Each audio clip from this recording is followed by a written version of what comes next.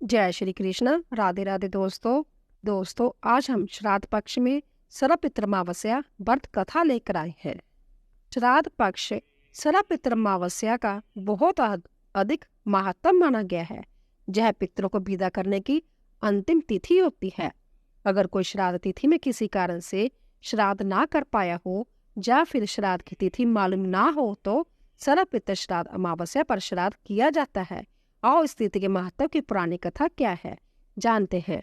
आश्विन माह के अमावस्या को ही सरपित्र अमावस्या भी कहते हैं। सरपित्र अमावस्या के दिन तर्पण, श्राद्ध, पिंडदान आदि करना चाहिए। दिवंगत पूर्वजों की आत्मा की शांति के लिए यह अनुष्ठान किया जाता है। पंचांग के अनुसार श्राद्ध पक्ष भादो महीने की पूर्णिमा के दिन से शुरू हो जाते हैं और आश्विन मास की अमावस्या तक रहते हैं। इस दिन पितृपक्ष खत्म हो जाता है। आइए सुनते हैं सरपित्र अमावस्या की कथा। कथा के अनुसार प्राचीन काल में अग्निशबाथ और वृहस्पति नामक के पितर देव थे। उनकी एक मानस कन्या थी अशोदा। अशोदा ने आश्विन मास की अमावस्या पर पितरों को प्रसन्न करने के लिए तप किया था। तपस्या से प्रसन्न होकर सभी पितर देवता अशोदा के समक्ष प्रकट हुए। उस समय अशोदा का पूरा ध्यान एक तेजस्वी पितर अमावसु की ओर ही था और वह उनके अपलक निहारती रही। उसने अमावसु से कहा, वरदान में आप मुझे स्वीकारे, मैं आपका संग चाहती हूँ। अशोदा की इस बात से सभी पितर क्रोधित हो गए और उन्होंने उसे श्राप दिया कि वह पितर लोक से पृथ्वी लोक जाएगी। जय सुनकर अशोदा को अपनी गलती का एहसास हुआ और वह क्षमा याचना करने लगी। तब पितरों ने दया करके उससे कहा कि वह मत्स्य कन्या के रूप में जन्म लेगी। वह ब्रह्मा जी के वंशज महर्षि पराशर उस मत्स्य कन्या को पति रूप में मिलेंगे और उसके गर्भ से भगवान वेद व्यास जन्म लेंगे। इसके बाद फिर श्राप मुक्त होकर वह फिर से पितरलोक में वापिस आ जाएगी। पितर अमावसु को पितर देवताओं ने दिया वरदान। पितर अमावसु से प्रसन्न होकर अन्य पितरों ने उनकी सराहना की और उन्हें वरदान किया कि स्त्री के सौंदर्य के आगे आपने अपने मन को स्थिर रखा और अपने नियम पर अडिग रहे, इसीलिए यह तिथि आपके नाम से अमावसु के रूप में जानी जाएगी। मान्यता है कि तभी से यह दिन सरपित्र अमावस्या के रूप में प्रसिद्ध हुआ है। सरपित्र अमावस्या वैदिक पंचांग के अनुसार आश्विन माह में पड़ने वाली कृष्ण पक्ष की यह अमावस्या तिथि होती है। दोस्तों, आश्विन अमावस्या के दिन पवित्र नदियों में स्नान का विशेष महत्व होता है। स्नान के बाद सूर्य देव को जल अर्पित करें और पितरों को तर्पण करें। इस दिन सायंकाल के समय दीपक जलाएं और मेन गेट पर पूरी सब्जी व अन्य मिष्ठान रखें। ऐसा इसीलिए किया जाता है कि पितर भूखे न जाए और दीपक रोशनी उनके जाने का रास्ता दिखाए। अगर पूरे पितृपक्ष में पितरों का श्राद्ध नहीं किया या तिथि याद नहीं है तो इसे श्राद्ध व तर्पण कर सकते हैं। साथ ही भूले बिसरे पितरों के नाम का भी श्राद्ध किया जा सकता है। एक पुरानी कथा के अनुसार एक शाहूकार के 7 बेटे और 7 बहुओं के साथ एक बेटी भी थी। साहूकार के घर रोज एक जोगी आता था जिसे साहूकार की बहू भिक्षा देती थी। उस जोगी को जब शाहूकार की बेटी भिक्षा देने आती तो वह उससे भिक्षा नहीं लेता था और कहता कि तेरे भाग्य में सुहाग की जगह दुहाग लिखा है। लड़की को उस जोगी की यह बात बहुत बुरी लगती थी और एक दिन वह अपनी माँ से रोते रोते जोगी की बात बताती है। सारी बात सुनकर माँ कहती है कि कल जब जोगी आएगा तब मैं सुनती हूँ कि वह क्या कहता है और क्यों कहता है। अगले दिन फिर जोगी आता है तो शाहूकारनी छिप कर बैठ जाती है और लड़की को भिक्षा देने भेजती है। जोगी उससे भिक्षा नहीं लेता और फिर वही बात दोहराता है कि तेरे भाग्य में सुहाग की बजाय दुहाग लिखा है। लड़की की माँ बाहर निकल कर आती है और जोगी से कहती है कि एक तो हम तुम्हें भिक्षा देते हैं और तू हमें गाली देता है। जोगी कहता है कि मैं गाली नहीं दे रहा हूँ, जो बात सच है वही कह रहा हूँ। इसके भाग्य में जो लिखा है मैं वही सच आपको बता रहा हूँ। सारी बातें सुनने पर लड़की की माँ कहती है कि जब तुझे सारी बात पता है तो इससे बचने का उपाय भी पता होगा, वह बताइए। जोगी कहता है कि 7 समंदर पार एक दोवन रहती है जिसका नाम सोना है। वह अमावस्या का व्रत करती है। अगर वह आकर इसे फल दे तब इसका दुहाग टल सकता है, अन्यथा विवाह के समय सर्प के काटने से इसके पति की मृत्यु हो जाएगी। सारी बात सुनकर माँ रोने लगी और सोना दोवन की तलाश में निकल गई। चलते चलते रास्ते में तेज धूप पड़ रही थी, जिससे बचने के लिए वह एक पीपल के वृक्ष के नीचे बैठ गई। उसी वृक्ष पर एक गरुड़ के बच्चे अपने घोंसले में थे। एक सांप आया और गरुड़ के बच्चे को खाने के लिए लपका, लेकिन शाहूकारनी ने उस सांप को मारकर बच्चों की रक्षा की। कुछ देर बाद गरुड़नी आई और सब जगह खून देखकर शाहूकारनी को चोंच से मारने लगी। शाहूकारनी बोली कि एक तो मैंने तेरे बच्चे को सांप से बचाया और तू मुझे ही मार रही है। सारी बातें जानने पर गरुड़नी बोली कि तूने मेरे बच्चों की रक्षा की है, इसीलिए मांग जो चाहती है। शाहूकारनी गरुड़नी से कहती है कि मुझे 7 समंदर पार सोना दोबिन के जहां छोड़ दो, और गरुड़नी ने वैसा ही किया। शाहूकारनी वहां पहुंच तो गई, लेकिन सोचने लगी कि इसे कैसे मनाऊं। सोना दोबिन की भी 7 बहुएं थी, लेकिन घर के काम को करने के लिए सदा आपस में ही लड़ती झगड़ती रहती थी। रात को जब सब सो जाते तो ब्राह्मणी शाहूकारनी के घर जाती और चुपके से सारा काम करके उजाला होने से पहले चली भी जाती।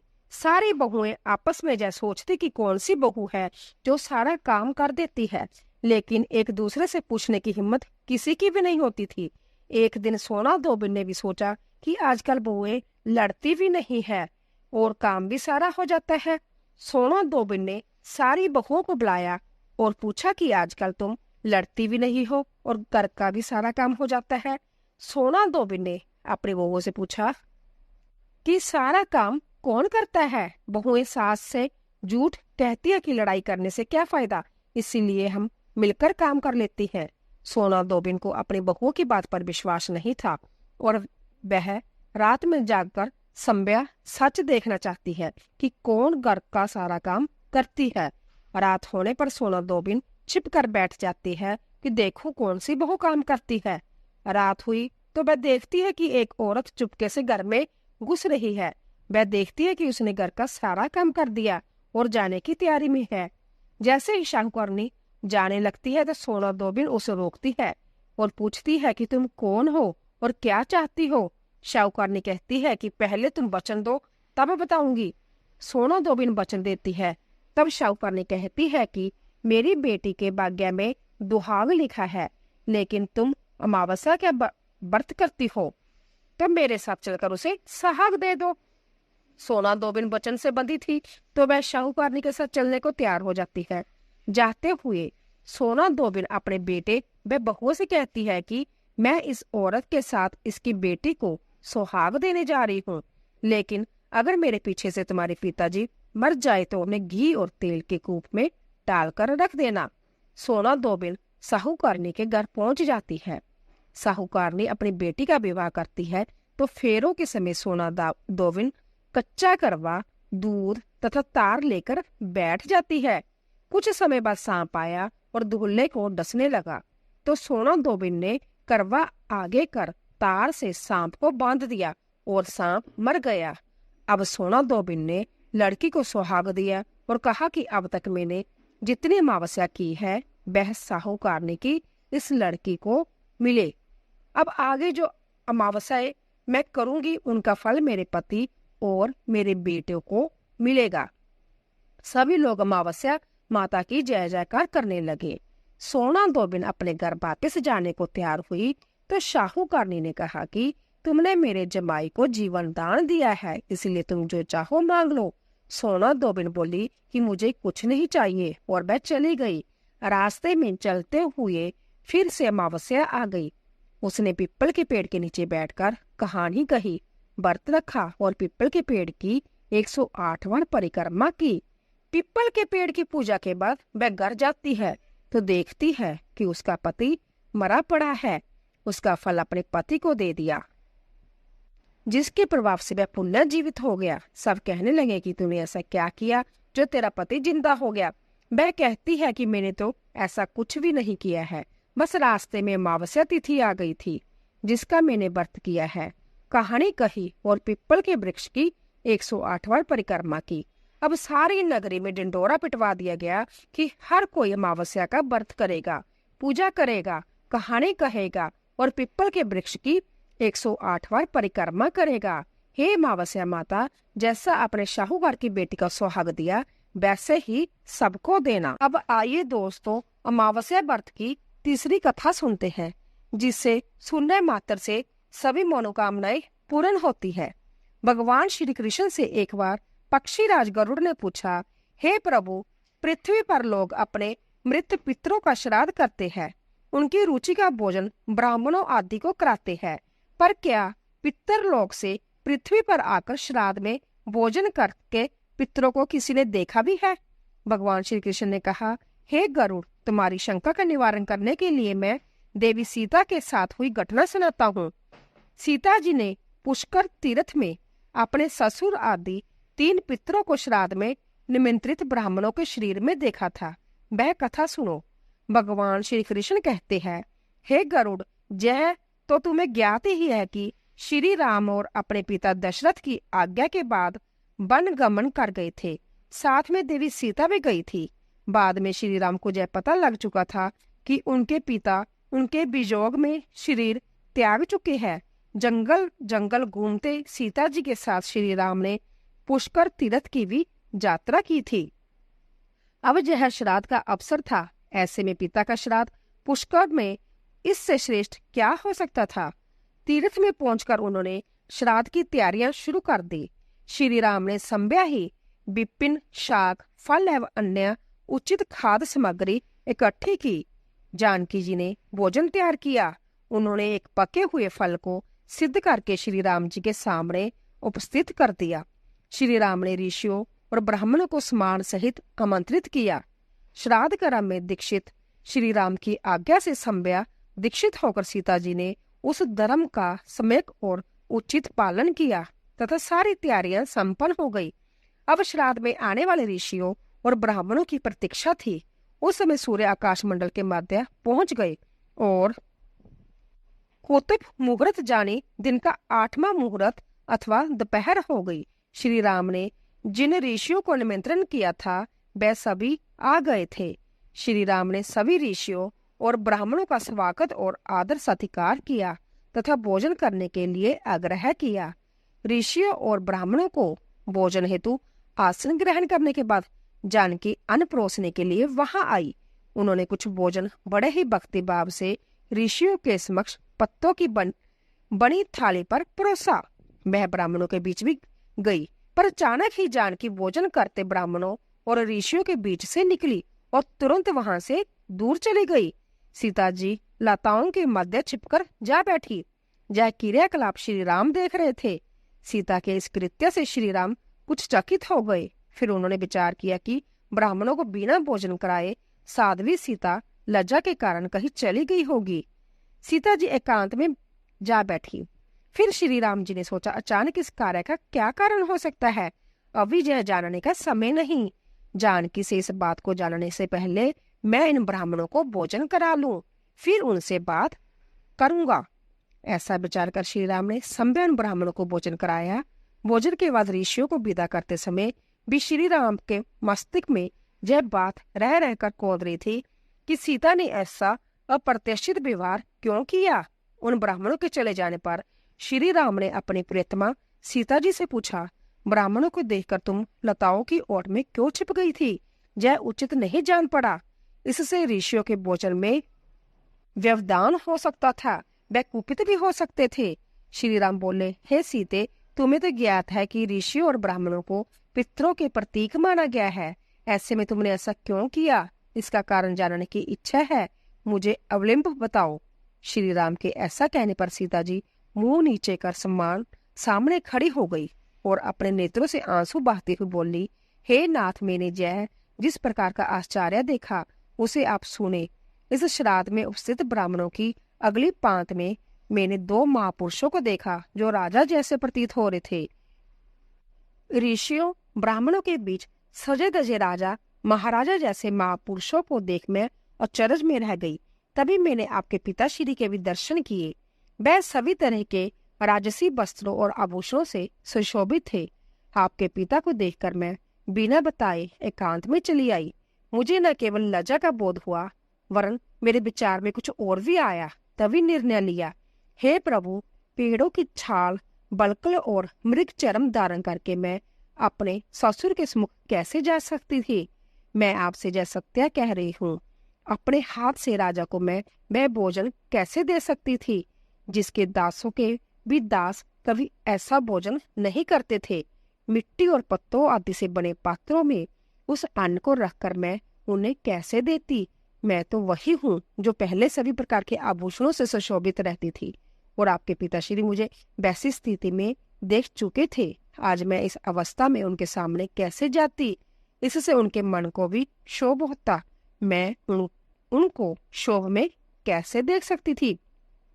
क्या यह कहीं से उचित होता?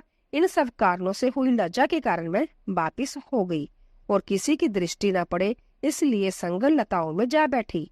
गरुड़ जी बोले, हे भगवान, आपकी इस कथा से मेरी शंका का उचित निवारण हो गया कि श्राद्ध में पितृगण साक्षात प्रकट होते हैं और वे श्राद्ध का भोजन करने वाले ब्राह्मणों में उपस्थित रहते हैं।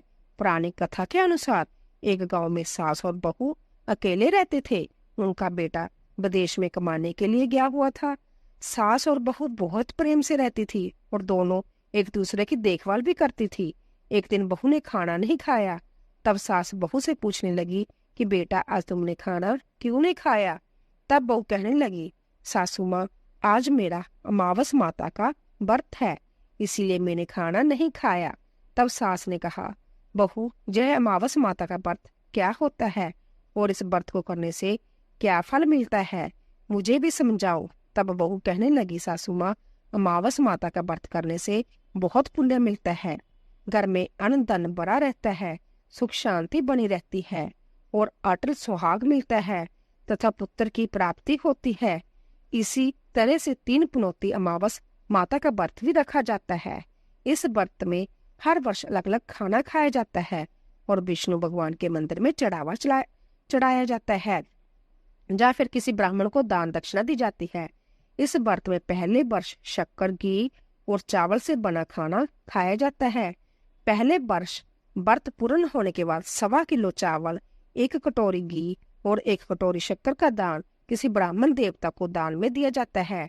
दूसरे साल जो घी और शक्कर से बना खाना खाया जाता है। इसी तरह जब दूसरे साल का व्रत पूर्ण हो जाए तब 1.25 किलो जौ, 1 कटोरी घी और 1 कटोरी शक्कर किसी मंदिर में चढ़ाई जाती है या किसी ब्राह्मण को दान में देनी होती है। तीसरे साल गुड़, तिल और घी से बने व्यंजन खाने चाहिए। जब तीसरे साल व्रत पूर्ण हो जाए तब आधा किलो तिल, गुड़ और 1 कटोरी घी किसी मंदिर में चढ़ाई जाती है, जब ब्राह्मण को दान में दी जाती है। सासू माँ, इसे ही 3 पुनौती अमावस्या का व्रत कहा जाता है। फिर बहू बताने लगे कि माँ जी, इस व्रत का संकल्प लेने के बाद इसे पूरा करना जरूरी होता है। अगर पूरा नहीं कर सकते तब घर परिवार में झगड़ा और अशांति हो जाती है। तब सासू माँ कहने लगी, बहू, मेरी तो उम्र हो गई है, लेकिन तुम यह व्रत जरूर करना। तब बहू यह व्रत करना शुरू करती है। एक दिन बहू ने किसी के कहने पर गेहूं से बनी रोटी खा ली और अमावस माता इस व्रत से नाराज हो गई। सास और बहू कभी बहुत प्रेम से रहती थी, अब उन दोनों में झगड़े होने लगे। सभी गांव वाले भी हैरान हो गए कि इनके घर में जैसा क्या हो रहा है। सास अपनी बहू के कहने लगी, जब से तुम हमारे घर में बहू बनकर आई हो तब से हमारे घर की लक्ष्मी चली गई है। तुम हमारे लिए बिल्कुल भी शुभ नहीं हो। तब बहू ने कहा, माँ जी, आपके घर की लक्ष्मी चली गई है तो मुझे बताओ कि कहाँ मिलेगी, मैं लक्ष्मी को लेकर आऊंगी। तब सासू माँ कहने लगी, बहू, लक्ष्मी तुम्हें समुद्र के बीच में भगवान विष्णु के पैर दबाते हुए मिलेगी। तब बहू जय कहकर चली जाती है कि माँ जी, अब तो मैं लक्ष्मी जी को लेकर ही वापिस आऊंगी, नहीं तो मैं इस घर में पैर नहीं रखूंगी। ऐसा कहकर बहू लक्ष्मी जी की खोज में चली गई। जब बहू लक्ष्मी की खोज के लिए निकली तब उसे बीच रास्ते में गाय मिली। गाय बहू से पूछने लगी, आप कहाँ जा रही हो? तब बहू कहने लगी, हे गाय माता, मेरी सास कहती है कि मेरे आने से उनके घर में अन्न धन की कमी हो गई है। और उनके घर की लक्ष्मी चली गई है, तो मैं लक्ष्मी जी को लेने जा रही हूँ। तब गाय माता कहने लगी, हे बेटी, अगर तुम जा ही रही हो तो भगवान से मेरे बारे में भी पूछ लेना। तब बहू कहने लगी, ठीक है गाय माता, मैं आपके बारे में भी पूछ लूंगी। तब गाय माता कहने लगी, जब मेरा बछड़ा होता है तो वो मर जाता है, जिंदा नहीं रहता। तुम लक्ष्मी जी से पूछ लेना कि आखिरकार मेरे साथ ऐसा क्यों हो रहा है, मैंने ऐसे कौन से कर्म किए थे जिसकी सजा मुझे मिल रही है। तब बहू कहने लगी, गाय माता, मैं आपके बारे में जरूर पूछूंगी। ऐसा कहकर बहू आगे चली गई। जब आगे बढ़ी तब रास्ते में उसे घोड़ी मिली जिसके गले में घंटी बंधी हुई थी। घोड़ी ने भी कहा, बेटी तुम मेरे दुख का निवारण लक्ष्मी से पूछ लेना। तब बहू कहने लगी, मैं जरूर पूछ लूंगी। ऐसा कहकर बहू आगे बढ़ गई। आगे जाते ही बहू को एक अंधा और बहरा बुजुर्ग मिला। उसने भी बहू से अपनी समस्या के निवारण के लिए पूछने को कह दिया। तब बहू उसकी समस्या भी भगवान से पूछने का कहकर आगे बढ़ गई। आगे जाते ही बहू को एक बूढ़ी औरत मिली जो कि हाथ और पैर से अपाहिज थी। उसने भी बहू से कहा, बेटी जब तुम भगवान से मिलो तो उनसे पूछना कि आखिरकार मैं अपाहिज क्यों हूँ, मैंने ऐसे कौन से कर्म किए हैं। तब बहू उसकी समस्या पूछने के लिए भी तैयार हो गई और फिर आगे बढ़ गई। आगे जाते जाते बहू बहुत थक गई और एक आम के पेड़ के नीचे बैठ गई। आम का पेड़ बड़ा खुश होकर बहू से पूछने लगा, बेटी तुम कहाँ से आई हो और कहाँ जा रही हो। तब बहू कहने लगी, मैं लक्ष्मी जी को लेने जा रही हूँ। तब पेड़ भी अपनी समस्या भगवान से पूछने के लिए कहने लगा, मेरे पेड़ पर लगे हुए आम खट्टे ही क्यों होते हैं, इस बारे में बहू रानी भगवान से जरूर पूछ के आना। तब बहू पेड़ की समस्या लेकर आगे बढ़ गई।